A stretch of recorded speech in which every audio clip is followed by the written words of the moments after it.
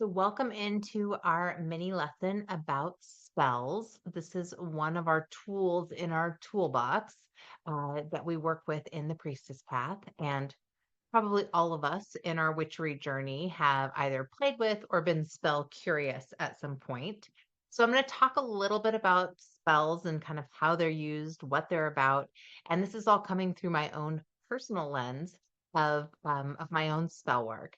There are so many books. I mean, if you really wanted to do a deep dive into spells, you could find just countless books out there on the topic, and they're all going to have a slightly different spin.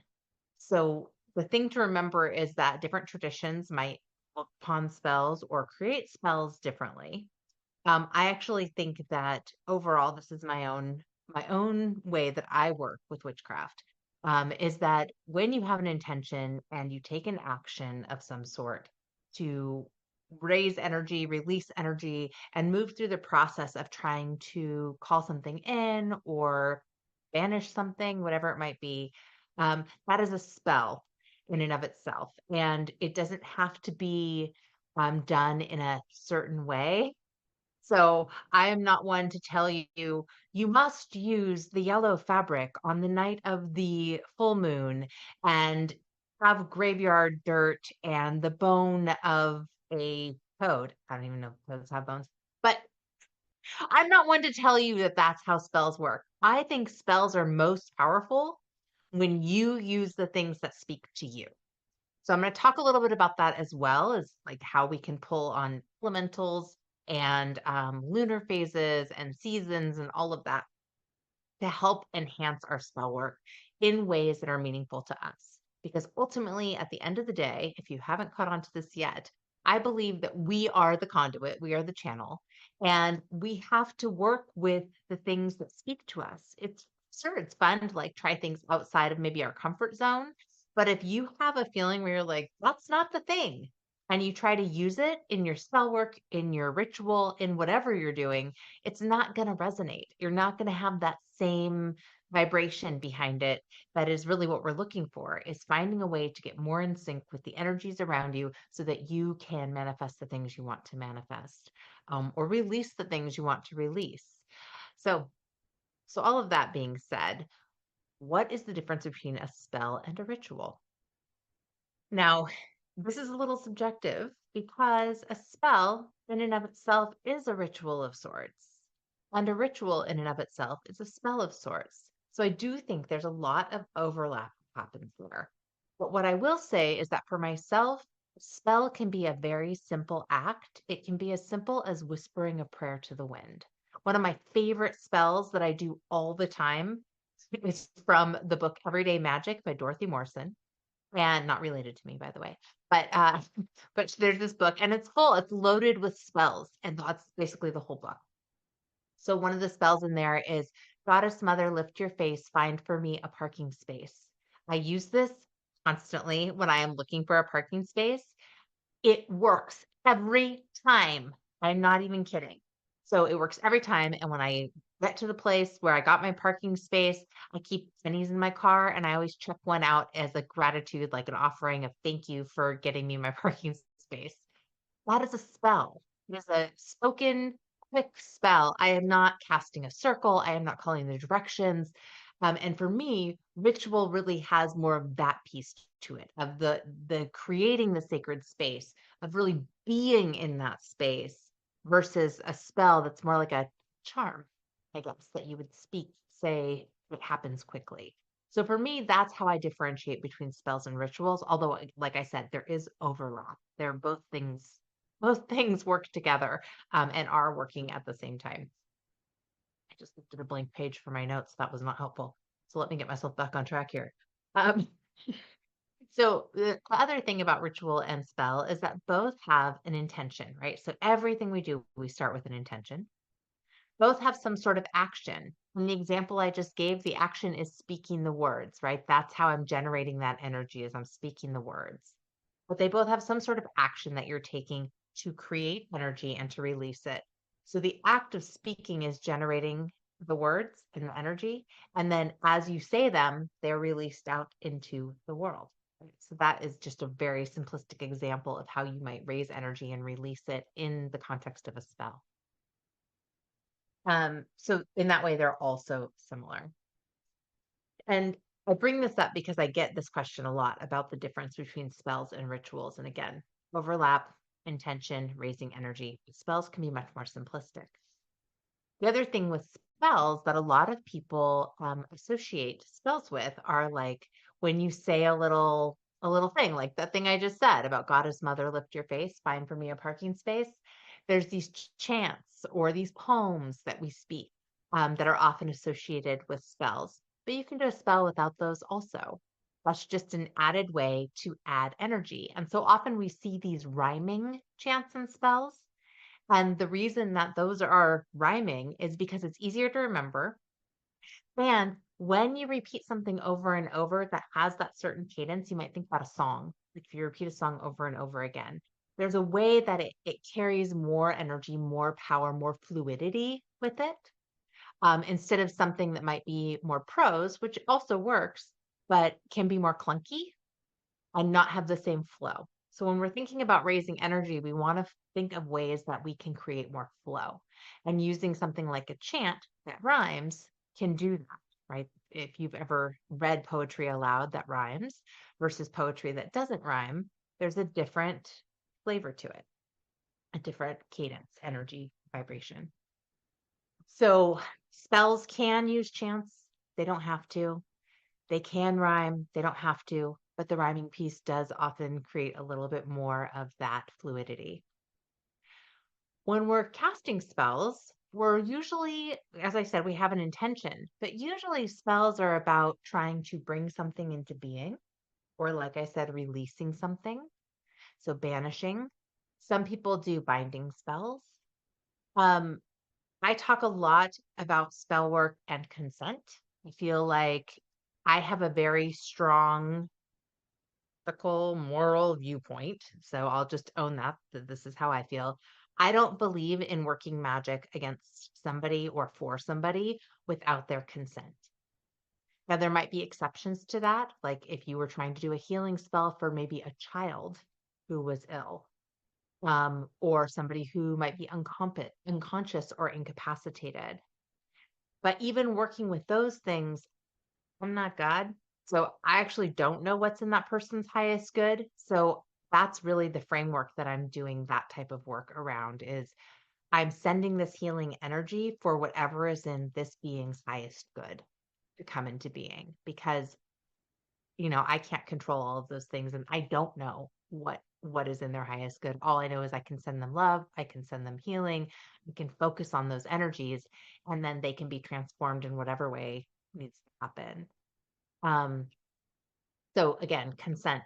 I don't believe in love spells as far as making someone love you. That just seems like a real bad idea. Just saying. Like I get why people do that, but cannot get on board with that. I can get on board with doing a love spell of like calling in the aspects that you want and the pieces of, values and qualities that you want in a lover or a partner. Sure, you can call all of that in. Aiming your magic at a specific person to make them love you, I'm giving that a thumbs down.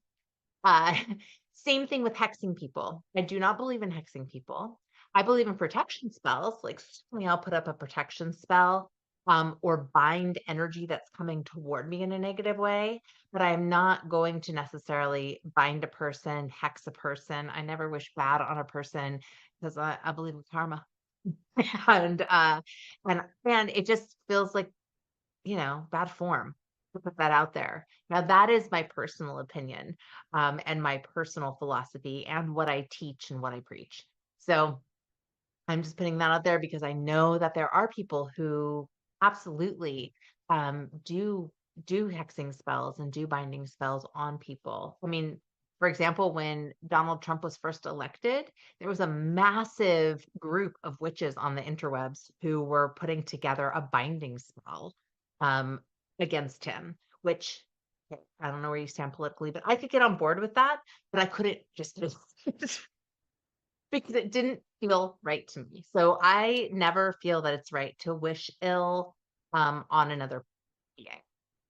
Um, so I just want to get that out there to speak to as well, so that you're aware of where I'm coming from and kind of what we explore in the Priestess Path is not any of that stuff.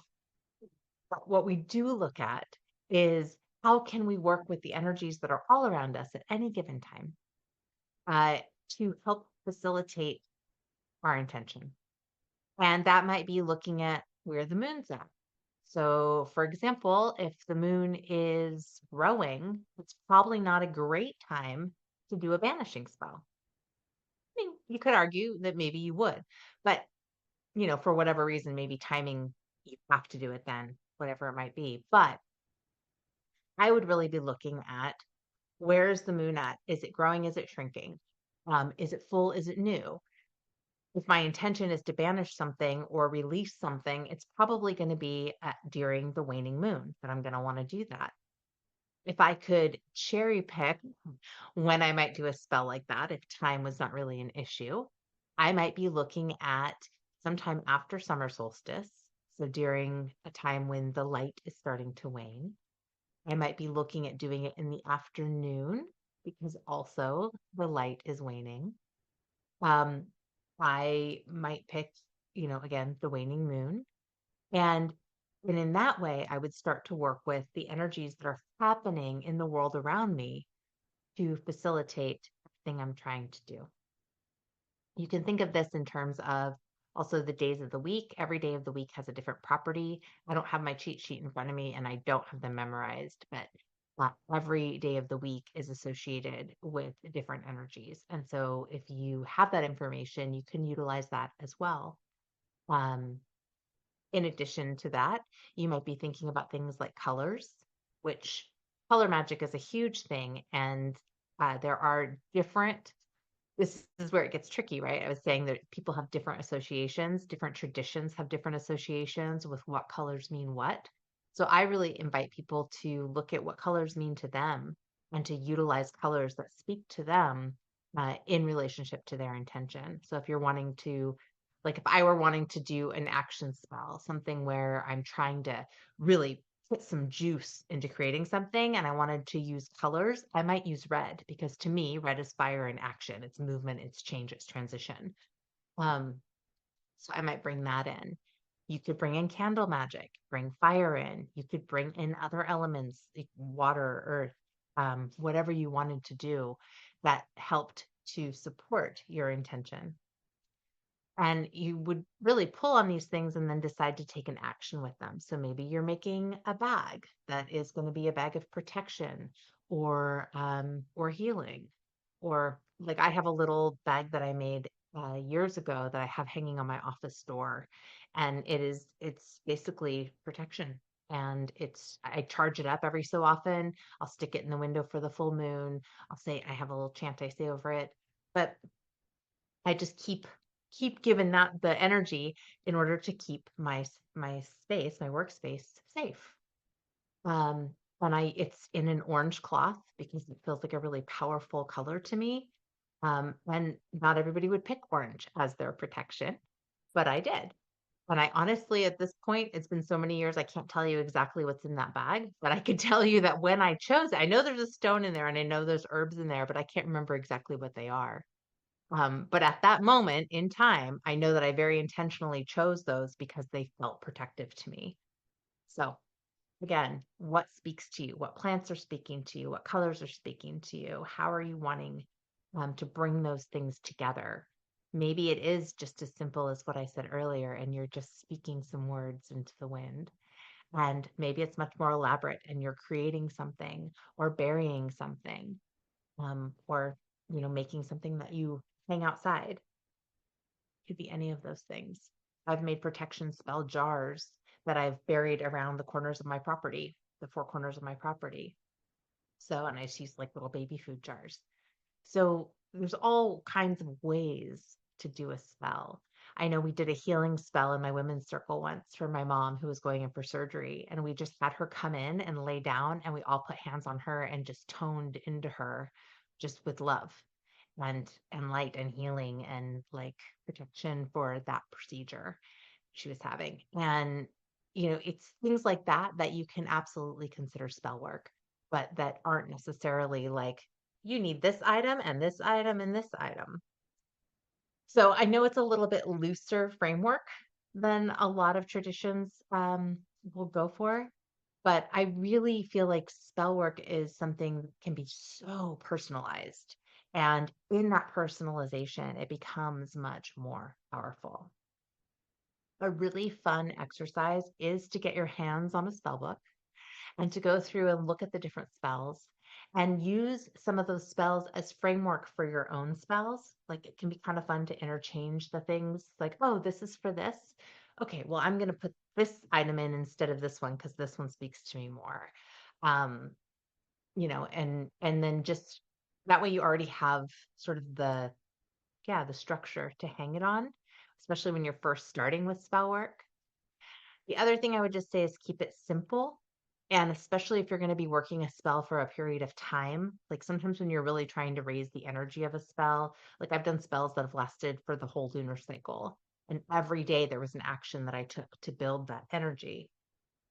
As you're building that energy, you want that to be a simple task because if it has 5 or 6 or 7 parts to it, chances are by like the third or fourth day, you're going to be like, yeah, I'm late for work. I got to go. Like time to sit and be with this spell in this way. Um, so the simpler and clearer, the better. Well, before I end this today, I know I just kind of like took all the spaghetti and threw it out of the wall to see what would stick. But before we end today, I want to just share probably my most successful spell that I've ever done. And this was done in conjunction with my husband when we were looking for a house to buy. And I've told this story a lot because it was really profound for me. So if you've heard it, I apologize for the repeat. But we had done a spell to get a house, and that house sold. And when it sold, we took the spell we had created. We had this little box that we had made and sealed it with wax, and we had pieces of like paint from the property that I went and stole. Uh, anyway, it didn't work. That spell did not work. And so we burned it. We burned the box and just released it and went, okay, we trust that that was not meant to be. And even though we were putting our energy into it, that wasn't supposed to be our house. The house I'm sitting in right now, the one I live in now, we came to, and both of us, when we walked through the front door, and my mom was with us actually too, we all walked through the front door and we're like, this is it. This is I mean, there was just no doubt in any of our minds. We had been on such a journey trying to buy a house that it just felt like, yes, this feels like it, but we don't want to get our hopes up. So we went home that night and we redid the spell with new pieces from this house, petals from the rose bush in the front yard, some paint scrapings I had taken off of some trim, and I had gotten some leaf from one of the trees in the backyard. And anyway, we did this whole spell, made the box, and then we set it on the altar at where we were living. And my husband is not witchy, by the way. This was like, he was like, I'll do anything at this point. We've been working so hard. Let's try. But he sat with me and we lit the candle and we said the chant and we did the whole thing. Anyway, the house went off the market. And we were like, oh, okay. I guess we weren't supposed to have that. And I was feeling so, I guess, just like overwhelmed. I don't know what I was feeling at the time, but I never undid the spell. I never burned the box. I never did anything. A couple months pass, the house comes back on the market. And I was like, what? And we thought, okay, well, let's try again. So we put in our offer, threw our hat in the ring, and we got the house by a margin of like $500. Like our offer beat somebody out by $500, and there was a higher offer above us, but it was from an investor, and it was the California Housing Association that had foreclosed on the home, and they wanted first-time home buyers in here. So we got it. And it was like, what? And I still attribute it to that spell that I never undid. And I took that spell and I buried it in the yard in here. I'm like, this is our house. So anyway, that is my most successful spell. And it also illustrates the point. It's important to end what you begin. So, I mean, in this instance, thank God I didn't because we ended up at the house. But uh, if you cast a spell and you do not close the door on it, you do not release that energy is still sitting there. And it's either going to become stagnant or it's going to grow on its own accord. So it's really important to think about how am I releasing this? Once I call it in, are the words the release? Is the extinguishing of a candle the release? Is the burning of something or the burying of something the release? But just I want to leave you with that as you think about crafting spells. Not only are you trying to raise energy and send the energy out, but you're also wanting to have a clear ending point where that spell is done so that that energy is not just sitting there doing its own energetic thing, especially if you, like me, forget about it and leave it sitting on your altar for months. It happens, real life witchery in action.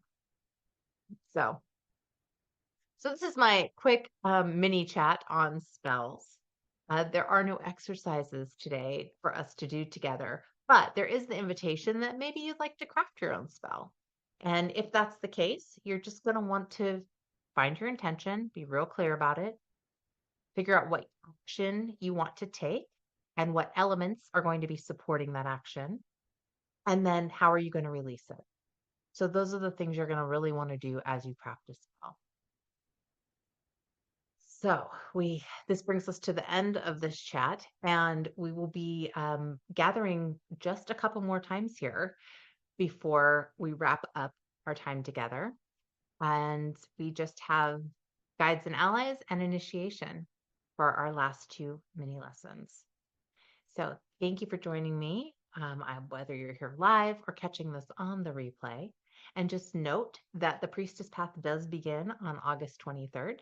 And if you want to be a part of that, make sure that you hop on over to wisewomanwitchery.com, click on the Priestess Path, and there's a link there to take you to the page to sign up. Take good care, and I'll see you soon.